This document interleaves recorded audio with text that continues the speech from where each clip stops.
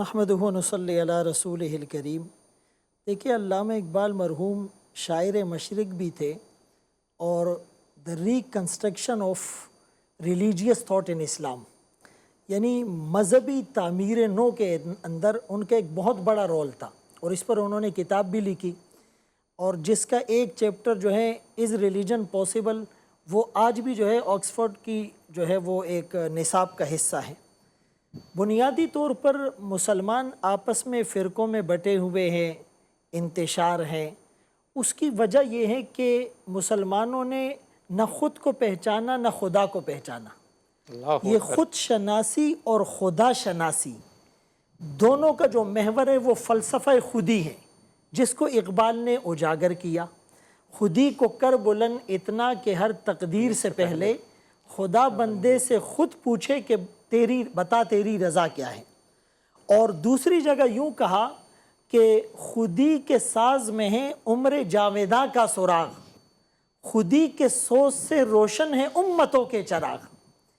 یعنی جب تک ایک آدمی اپنے آپ کو نہیں پہچانے گا، قرآن کریم میں جس کے لیے یوں مخاطب کیا گیا وَفِي أَنفُسِكُمْ أَفَلَا تُبْصِرُونَ، اور پھر انسان جب عالم آفاق پر اور عالم اکبر پر نظر نہیں ڈالے گا، سَنُرِيهِمْ آيَاتِنَا فِي الْآفاق، تو پھر اس کے اندر جو اسلام کا ایک درد ہے یا اسلام کا جو ایک میسیج ہے وہ اس کے اندر نہیں آئے گا۔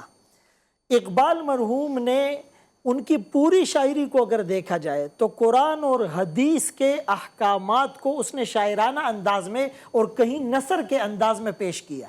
منفعت ایک ہے اس قوم کی، نقصان بھی ایک، رسول پاک بھی، دین بھی، ایمان بھی ایک، حرم پاک بھی، اللہ بھی، قرآن بھی ایک، کیا بڑی بات تھی ہوتے جو مسلمان بھی ایک، فرقہ بندی ہے کہیں اور کہیں ذاتیں ہیں، کیا زمانے میں پنپنے کی یہی باتیں ہیں؟ وَاعْتَصِمُوا بِحَبْلِ اللَّهِ جَمِيعًا وَلَا تَفَرَّقُوا۔ قرآن کریم کے اندر اللہ کریم نے جو جوڑنے والی چیز بتلائی ہے، جو ون پوائنٹ ایجنڈا اور کامن ایجنڈا بتلایا ہے، وہ ہے قرآن کریم کو مضبوطی سے تھام لینا۔ اقبال نے تبھی تو کہا ہر لحظہ ہے مومن کی نئی آن نئی شان، کردار میں گفتار میں اللہ کی برہان، قہاری و غفاری و قدوسی و جبروت، یہ چار عناصر ہو تو بنتا ہے مسلمان۔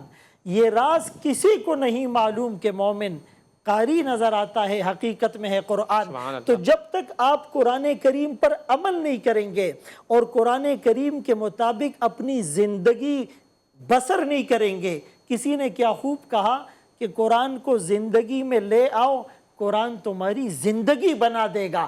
آج کہیں سے بھی قرآن کو کھول کر دیکھا جائے، جو قرآن میں ہے کچھ اور ہیں، جو ہم کر رہے ہیں کچھ اور ہے۔ اقبال نے اپنی شاعری کے ذریعے سے مسلم امہ کو جھنجھوڑنے کی اور بیدار کرنے کی ایک کوشش کی ہے، اور وہ ایک مینارہ نور شخصیت کے حامل تھے۔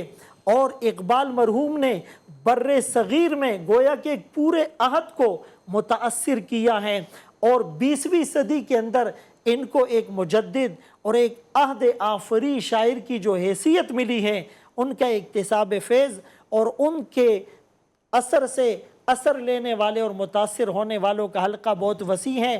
آج ہم اقبال کی شاعری کو اس درد کے ساتھ جب پڑھیں گے تو انشاءاللہ مسلم امہ کے اندر پھر سے وہ نشاط ثانیہ اور وہی لہر جو ہے وہ آ جائے گی، اور یہ پھر کامیابی کی راہوں پر گامزن ہو جائے گا۔